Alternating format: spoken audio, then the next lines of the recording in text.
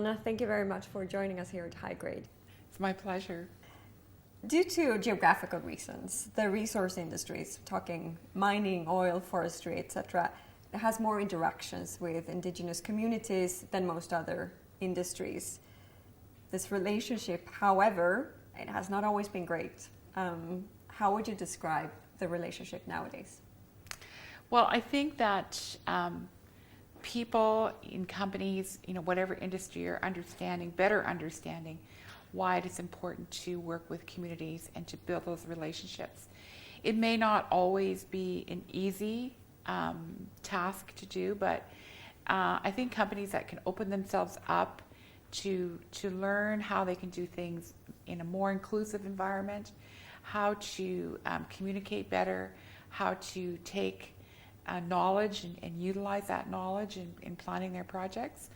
I think that slowly they begin to gain the trust of communities, and I think that's where it all starts. But I think it's pretty much impossible to do something today without engaging with communities.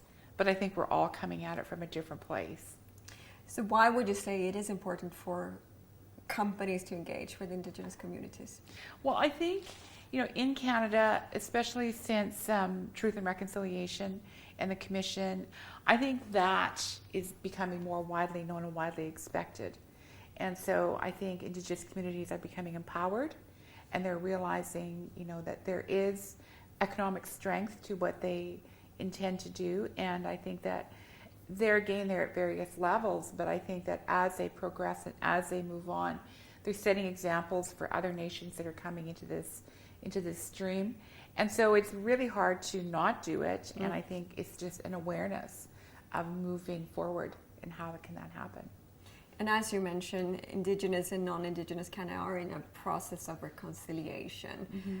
What do you think should be the role for resource companies in this process?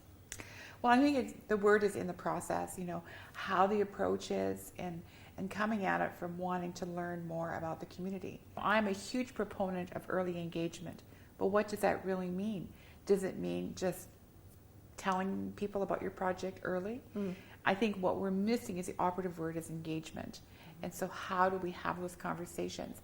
And how do we include Indigenous people in the planning, let's say, of a mine operation or in planning reclamation?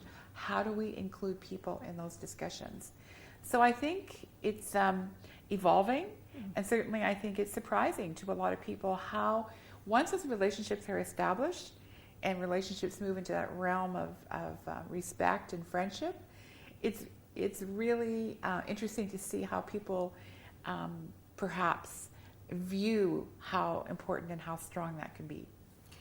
And let's say I was a CEO of a junior mining company. What would be your recommendations to engage with Indigenous communities? Well, I think my first question would be have you gone in and had any discussions with the community? And recently, I was talking to a CEO about, asking that very same question. And he said, well, I don't have anything yet to tell them about the project. So he was looking for that opportunity to go in and tell them about the project. But really, it's about going in and talking about what you hope to do as a company. And, are there any issues in this particular area? I think that's part of, finding out before a lot of money is put into the ground what you really have to deal with. And knowing if you have the ability, the capacity to deal with, a situation. And a situation might be that land is sensitive, is culturally important to a community before a lot of money is put into the ground again. So, and the community has to feel that they trust the company, that they can share those very important issues with them. So again, it is that whole building trust. And you've touched upon a few issues, but what would you say are the most frequent mistakes that companies make when dealing with or approaching Indigenous communities? Well, I think one mistake is thinking you know what the issues are. So it's sort of thinking, well, we offered them training and jobs and they're not interested.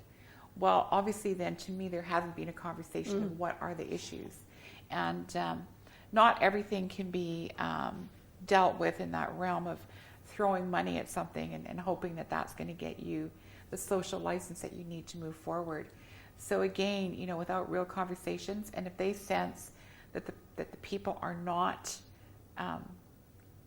genuine people with integrity, I think it's really hard to trust that that there's something hidden that they can't quite figure out what it is. And you know, it's not unlike you or I meeting people and they're spinning us a story, and something tells us in our inner being that there's something about this person I'm not getting what they're getting. And those are the kind of people I think that we have to make sure are not the ones that are building relationships. Do you have a story or an example where the relationship has worked well? Yeah, I think one example that I can think of readily is a company that has had a lot of experience in mining in various places around the world, wanting to work with a community locally here in BC, and just unfortunately the land claims or the mineral claims are in an area that's very sensitive to the community. So how do you get past that? Do you persist and try to make a square peg fit into a round hole? Or do you find another option? And how is that done? And I think because they're very sensitive to working with people and what people might think of them or how they may respond and how can we move forward in a relationship, those kind of conversations become very real and very important. And as a final point, what is your one advice to resource companies? I think it's really about